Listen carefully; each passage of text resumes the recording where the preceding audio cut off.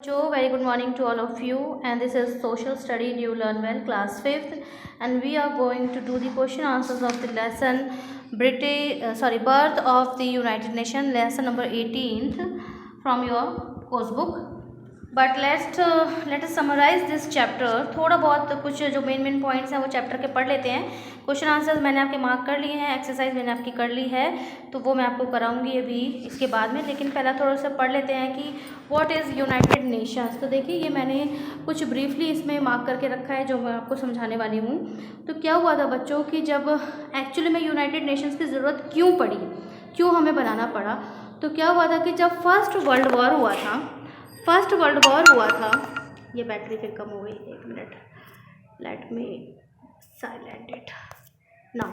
जब first world war हुआ था 1914 से 1918 के बीच, तो उसके बाद फिर क्या हुआ था, ये मैं लिखना भूल गई थी बीच में, कि 1919 में लीग ऑफ नेशंस बनाया गया। मोटिव एक ही था कि किस तरीके से हम ये जो वर्ल्ड वॉर्स हैं इनसे बचा जा सके, क्योंकि वर्ल्ड वॉर ऐसे स्टार्ट नहीं हुए थे। पहले क्या हुआ था, एक दो कंट्रीज़ के बीच में हुआ था, फिर उसमें और लोग जुड़ते गए थे, इस तरीके से फिर ज़्यादा बड़ा वो हो गया था। और वॉर किसी भी चीज़ का सल्यूशन नहीं होता है, इसमें क्या होता है, बहुत ही ज़्यादा नुकसान होता है जान और माल का, यानी पैसे का भी और लोगों की ज़िंदगियों का तो होता ही है, जो कि प्राइसलेस होती हैं, ठीक है। उसमें बहुत सारे हमारे सोल्जर्स अपनी ज़िंदगी गंवाते हैं। तो उसके बाद क्या हुआ, जो लीग ऑफ नेशंस था वो फेल हो गया। फेल यूँ हो गया क्योंकि जो दो मेजर पावर्स थी वर्ल्ड की, यूएसए एंड रशिया, वो उसका पार्ट नहीं थी, ठीक है। और अपनी अपनी जो विक्टोरियस पार्टी थी जो इस युद्ध में जीती थी वर्ल्ड वार में, उसकी जो पार्टीज़ थी वो अपने अपने मंशाओं को पूरा करने के लिए उन्होंने लीग ऑफ नेशंस बना लिया था। तो जब भी किसी काम की इंटेंशन सही नहीं होती है तो उसका रिजल्ट हमेशा गलत ही आता है या वो काम फेल हो जाता है। ये बात आप लोग हमेशा ध्यान रखना, इंटेंशन अच्छी होनी चाहिए, ठीक है। उसके बाद फिर क्या हुआ कि जब 1919 में लीग ऑफ नेशन फेल हुआ तो क्या हुआ कि सेकेंड वर्ल्ड वॉर हुआ 1939 से और 1945 के बीच में वो चला, ठीक है। तो 45 के बीच में चला वो। फिर क्या हुआ, जब वर्ल्ड वॉर समाप्त हुआ तो फिर से इस बात की चर्चा चली कि भाई नहीं ये गलत हुआ है। तो फाइनली जो अब तक हमारा ऑर्गेनाइजेशन चल रहा है जिसे हम कहते हैं यूनाइटेड नेशंस, उसमें क्या हुआ, यूनाइटेड नेशन का मतलब क्या हुआ, संयुक्त राष्ट्र, इकट्ठे, है ना। तो उसका बर्थ हुआ, ये आप याद रखिए, आपको पता होना चाहिए, 24 अक्टूबर 1945 सैन फ्रांसिस्को। जगह कौन सी है, सैन फ्रांसिस्को, ये जगह यूएस की है। और बर्थ हुआ है उसका 1900, इसे यूएन डे के नाम से जाना जाता है। उसके बाद देखिए यूएन क्यों बना। मेन उसका जो एम है वर्ल्ड सिक्योरिटी और पीस, कि भाई देशों में अगर थोड़ा बहुत झगड़ा भी कुछ हो रहा है या कुछ हो रहा है तो उसको हम वहीं पे सुलझा ले, वो एक बड़ा रूप लेना ना पाए।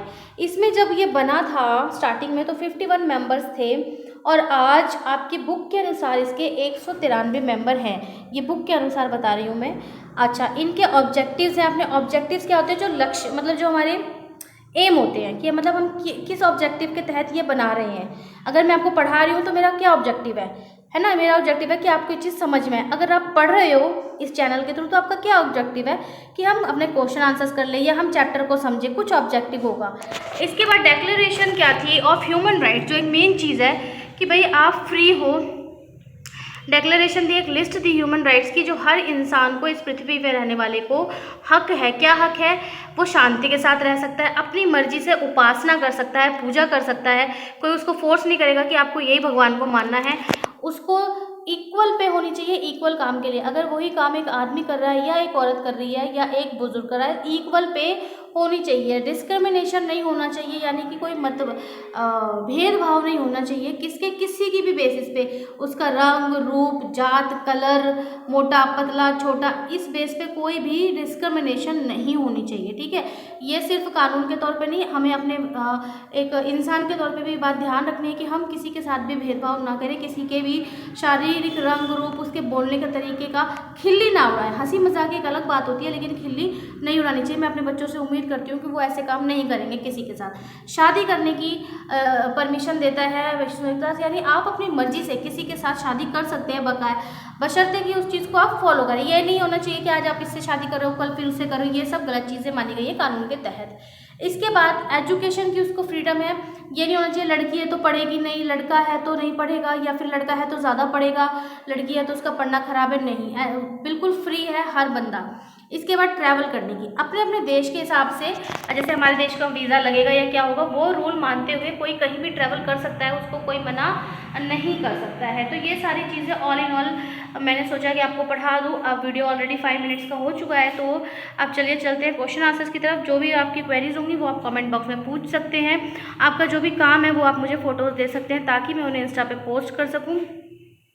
और एफबी में प्लीज़ लाइक कर लीजिएगा जाके, वहाँ पे आप खुद से अपनी मेरी टीएल पे अपनी फ़ोटोज़ लगा सकते हैं, या आपकी जो भी कहना चाहते हैं वो वहाँ पे आप लिख सकते हैं। Thank you so much. Let's move to the question answers and here are the question answers. Let's study the exercise first. देखिए ये आपको खुद करनी चाहिए, बट चलो कराती हूँ मैं, क्योंकि एक्सरसाइज करने में ना बहुत मज़ा आता है। अगर आपने चैप्टर पढ़ लिया है तो एक्सरसाइज आपको तुरंत आ जाती है चुटकियों में। तो फर्स्ट वर्ल्ड वॉर कब हुआ था? 1914 से 18 के बीच में। The league of nation was establish in 1919। UN first was founded कहाँ पे? सैन फ्रांसिस्को में। कितने देश वहाँ की मेंबर है? 193। टुडे पूछा है ना, तो 193, ये ध्यान रखना। टुडे पूछा है या स्टार्टिंग पूछा? स्टार्टिंग होता 151 होगा। 10 दिसंबर को क्या मनाया जाता है? ह्यूमन राइट्स डे मनाया जाता है। सेकेंड वर्ल्ड वॉर हुआ था 1939 से 1945 तक। कब फॉर्म हुआ था? 24 अक्टूबर 1945 को। कहाँ? सैन फ्रांसिस्को में। अच्छा, वर्किंग टुगेदर फॉर, ये आएगा वर्ल्ड पीस एंड सिक्योरिटी, मैं फिल करना भूल गई।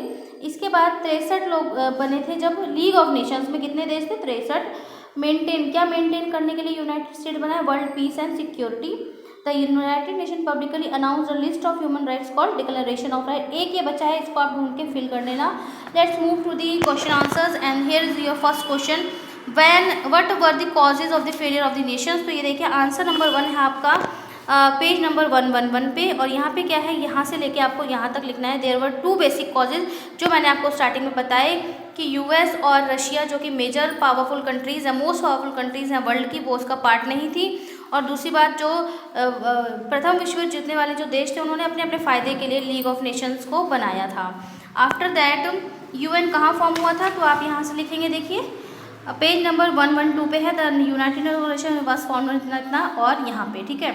उसके बाद विंस्टन चर्चिल का उसमें क्या रोल है?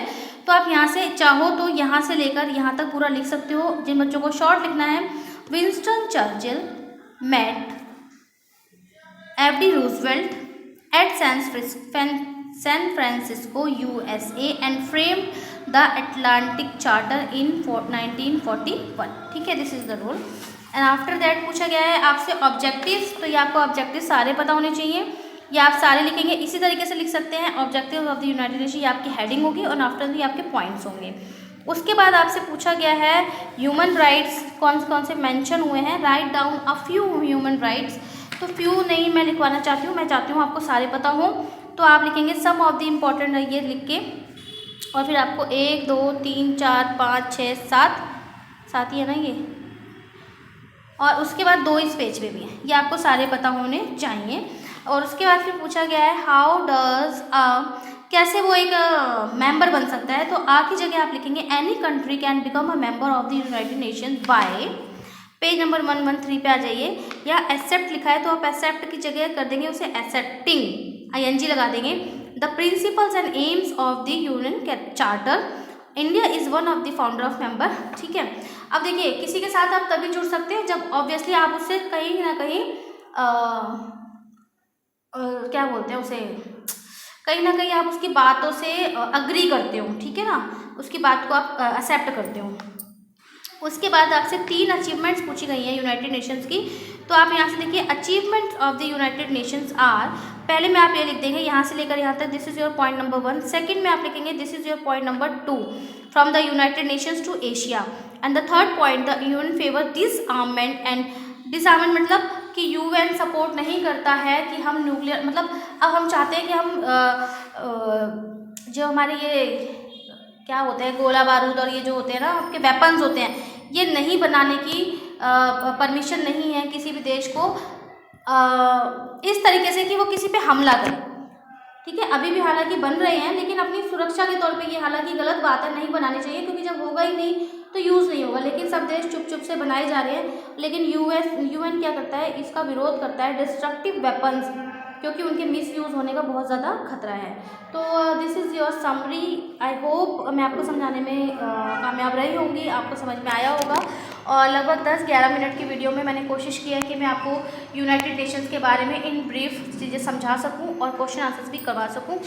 सो प्लीज़ चैनल के साथ बने रहिएगा और फॉलो कीजिएगा और लाइक कीजिएगा, सब्सक्राइब कीजिएगा। तब तक take care, God bless you बच्चों, अपना ध्यान रखना, बाय।